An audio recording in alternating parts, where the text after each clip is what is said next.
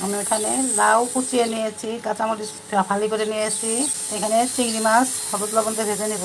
চিংড়ি মাছ নিয়েছি, আমি এখন লাউ চিংড়ি করব, লাউ ঘন্ট। কড়াইয়ে সরষের তেল দিয়ে দিচ্ছি, তেজপাতা দিয়ে দিচ্ছি, একটু জিরা দিয়ে দিচ্ছি। জিরা তেজপাতা ভাজা হয়ে গেছে, এখন চিংড়ি মাছ দিয়ে দিচ্ছি।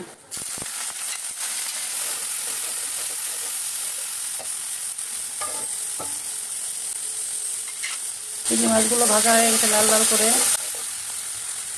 এখন লাউগুলো দিয়ে দেবো, লাউ আর কাঁচামরিচ দিয়ে দেবো, লবণ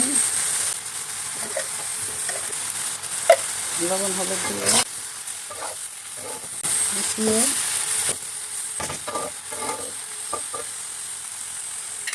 ঢাকা দিয়ে দেবো।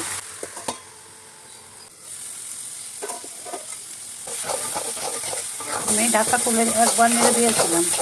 এখন এর মধ্যে একটু চাউলের গুঁড়া দিয়ে দিচ্ছি, আঠা আঠা হবে।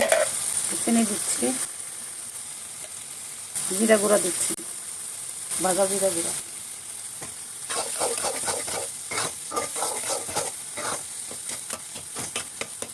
হয়ে গেছে লাউ ঘন্ট বা লাউ চিংড়ি।